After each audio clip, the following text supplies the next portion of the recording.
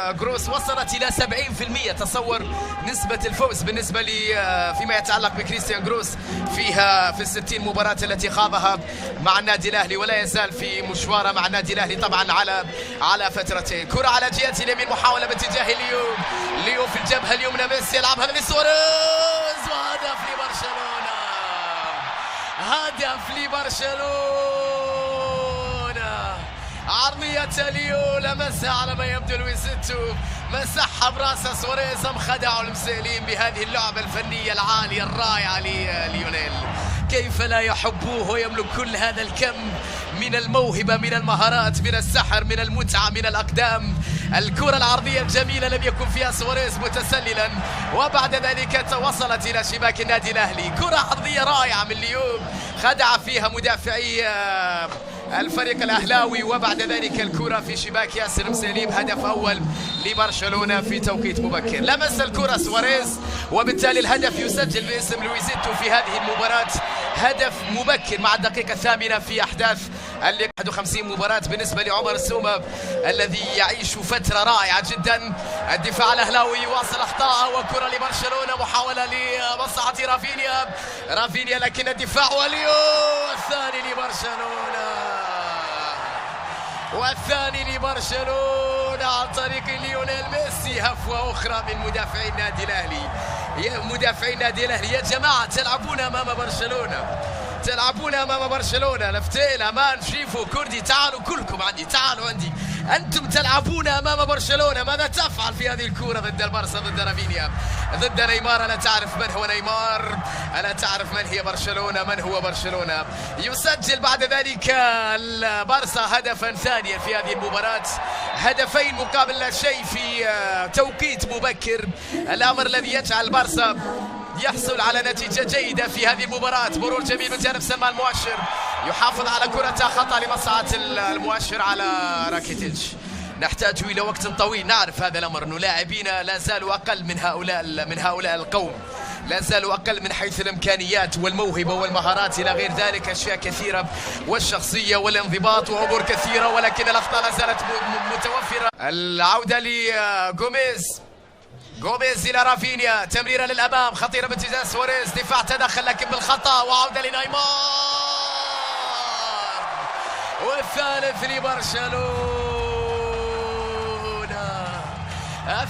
لبرشلونة عن طريق نيمار.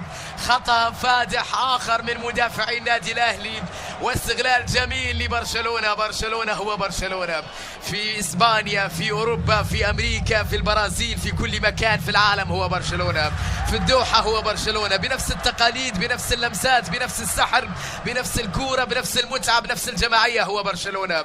وفيا إلى الأبد الكرة الجميلة الممتعة التي تجعل عشاقها في كل مكان، في كل البلدان، وفي أي بقعة أرض هنالك عاشق لبرشلونة، على أي بقعة أرض هنالك محب لبرشلونة. نيمار سجل هدف ثالث في هذه المباراة. البارسا 3 أهداف، النادي الأهلي لا شيء. الكرة تعود مرة أخرى من جانب المقهوي، خطأ لمصلحته على ماسكيرانو. تدخل كان في اللقطة الماضية من النجم اليوناني اللي يقدم ايضا سنوات رائعه في صفوف النادي الاهلي. عموري وغير اتجاه اللاعب منصور في الانتظار، مهند تحضير بالراس، وكره فيها ركله جزاء للنادي الاهلي. نعم، ركله جزاء اهلاويه، حكم المباراه يحتسب فهد جابر ركله جزاء للاهلي. ركله جزاء اهلاويه في هذه المباراه. عموري عمر عبد الرحمن سيكون على تنفيذ هذه الركله بعد احتكاك في اللقطة الماضية. شوفها مرة أخرى، تحضير بالراس من مهند، وحكم المباراة هنا أشار إلى وجود ركلة جزاء. شوفها مرة أخرى، الكرة التي لمصلحة الأهلي، وركلة جزاء أهلاوية في هذه المباراة سيكون على تنفيذها عمر عبد الرحمن، النجم الإماراتي، الموهبة الإماراتية الكبيرة عمر عبد الرحمن. يا ولد يا ولد يا ولد، جميلة من عموري. نعم، ركلة جزاء، لكن تنفيذ في منتهى الروعة من جانب عمر في شباك برشلونة. هدف أول أهلاوي، هدف للنادي الأهلي بطريقة جميلة من عمر، لكي يؤكد الجميع على كمية المهارات اللي عنده، على كمية أو حجم الموهبة التي يمتلكها. حتى أمام برشلونة تسجلون أهداف بمختلف الوضعيات. هذا عمر يضعها بطريقة رائعة أيضا في شباك برشلونة من علامة الجزاء. 3-1 في هذا الشوط الثاني. الآن هدف أهلاوي مهم من أجل العودة. دخول فيتفا، في دخول مهند عسيري بتواجد عمر، الثلاثي الهجومي في النادي الأهلي في شوط المباراة الثاني. الكرة لبرشلونة. 3-1. ضربة رائعة جدا. بيلونا فريق بحجم برشلونة أمر مهم جدا اللاعب أن يكون في أفضل حالاته الفنية بتركيز عالي. نعرف أنه الكلام سهل يدون ويكتب ويقال، ولكن على أرضية الملعب يبقى الأمر صعبا. تدخل من الدفاع وإبعادها بعد ذلك من جانب فهد حمد لراكيتيتش. برشلونة في الناحية اليمنى من جانب راكي يتحرك مع أليكس فيدال. عرضية باكو بالراس وهدف رابع لبرشلونة. هدف رابع لبرشلونة. ضربة راسية جميلة من جانب باكو الكثير. عرضية راكيتيتش وننتظر انيستا. هنالك حكاية أخرى لم تقال في هذه المباراة، لم تحكى بمعنى صح في هذه المباراة. انيستا لم يلعب بعد. ننتظر انيستا في هذه المباراة. هدف لباكو الكثير. ضربة راسية في شباك أحمد الرحيلي وهدف لبرشلونة. ردود الفعل الأهلاوية اللي كانوا يأملون بأن الهدف الأول لعموري من علامة الجزاء يساهم في عودة الأهلي، ولكن البارسا يسجل هدف الرابع.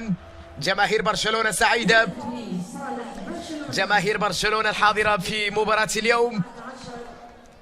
4 برشلونة، هدف للنادي الأهلي. باكو سجل في هذه، يتعمد في اللقطة الماضية، وكرة تعود لدينيس. واردة توران وبرشلونة في الهجوم. برشلونة دينيس مرة أخرى. سواريز إلى توران. لمسة جميلة من رافينيا. الوانتو مع باكو. رافينيا خماسية لبرشلونة. رافينيا يستعرض مهارته، والآخر يريد أن يقدم نفسه في مباراة اليوم. وفرحة كبيرة في مدرجات برشلونة بهذه اللمسة، بهذا الأداء الكبير لرافينيا اللي مر من المدافعين بشكل جيد ومن حارس المرمى بعد ذلك، وسجل 5 أهداف برشلونة في مباراة اليوم. 6 أهداف حتى الآن في هذه المباراة الاحتفالية الكرنفالية الجميلة في الدوحة. 5 لبرشلونة، هدف للنادي الأهلي. الهدف الخامس برشلونة. فيتفا عدى من هنا. فيتفا يحاول اختراق الدفاع امامه أمتيتي. ماسكيرانو خطيرة للنادي الأهلي. فيتفا وماسكيرانو يلعبها لمهند، جميلة أهلاوية. الله، هدف أهلاوي جميل. لقطة في منتهى الروعة للنادي الأهلي. مهند يسجل. أنا ما أقول أنه بديل، دائما ما يعطي إضافة. أفضل بديل يمكن أن تشاهده في ملاعب المملكة، دائما ما كان دخوله مؤثر. مهند عسيري لمسة في منتهى الروعة في شباك برشلونة. 5-2. فيتفا عمل كبير. مهند نهاية رائعة في شباك برشلونة. الأهلي يسجل في شباك برشلونة هدف بمجهود جميل جدا، بعمل جماعي وبلمسة جميلة من مهند عسيري. مهند عسيري يستغل الزاوية المفتوحة ويسجل في مرمى برشلونة. تغييرات في مباراة اليوم. جوردي ألبا، انيستا، بوسكيتس يأخذ. زبيدي يلعب كرة للأمام خلف المدافعين. محاولة باتجاه فيتفا اللي كان له دور كبير في هدف مهند. فيتفا مرور جميل. فيتفا تمريرة أجمل، خطيرة أهلاوية. مهند الثالث للأهلي.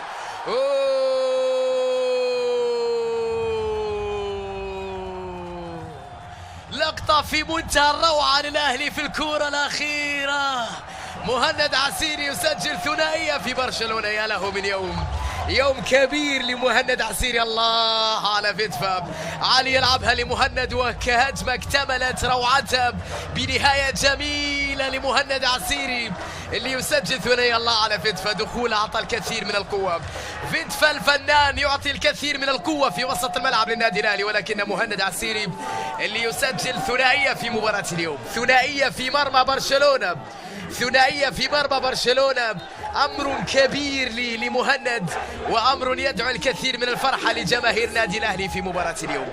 الهدف الأهلاوي عن طريق مهند عسيري. 5 برشلونة 3 النادي الأهلي، 8 أهداف في هذه المباراة.